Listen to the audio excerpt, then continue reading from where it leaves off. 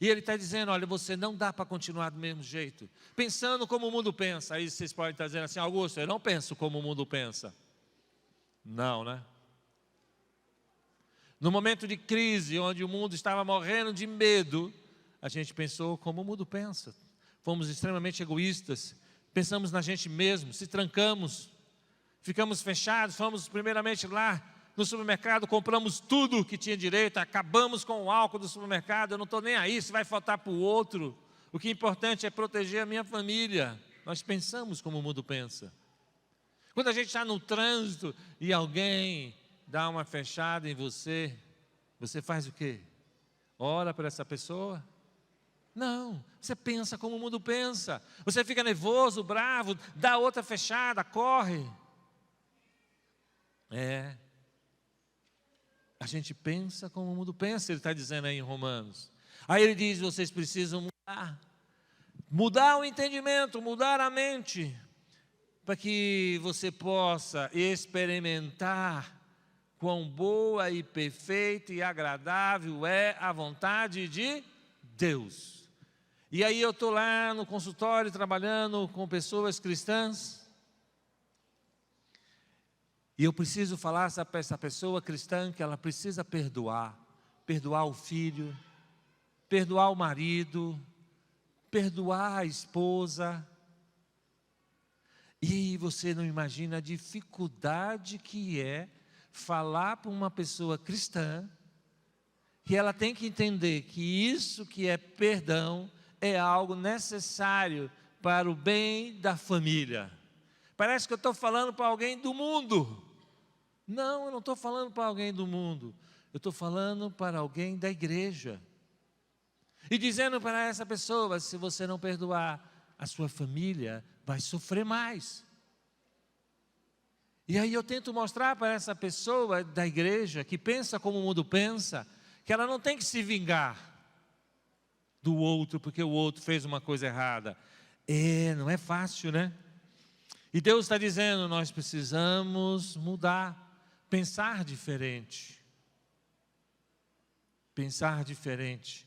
Se eu quero mudar, eu tenho que pensar diferente. Eu tenho que pensar como Deus pensa.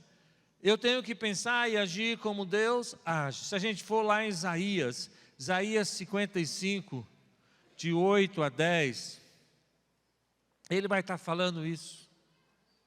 Em Isaías, ele diz assim, Isaías 55, 8, ele diz assim, porque os meus pensamentos não são os vossos pensamentos, nem os meus caminhos, os vossos caminhos são os meus caminhos, diz o Senhor. Deus faz uma separação, olha, a maneira que eu penso é diferente do que vocês pensam. Eu penso completamente diferente de vocês.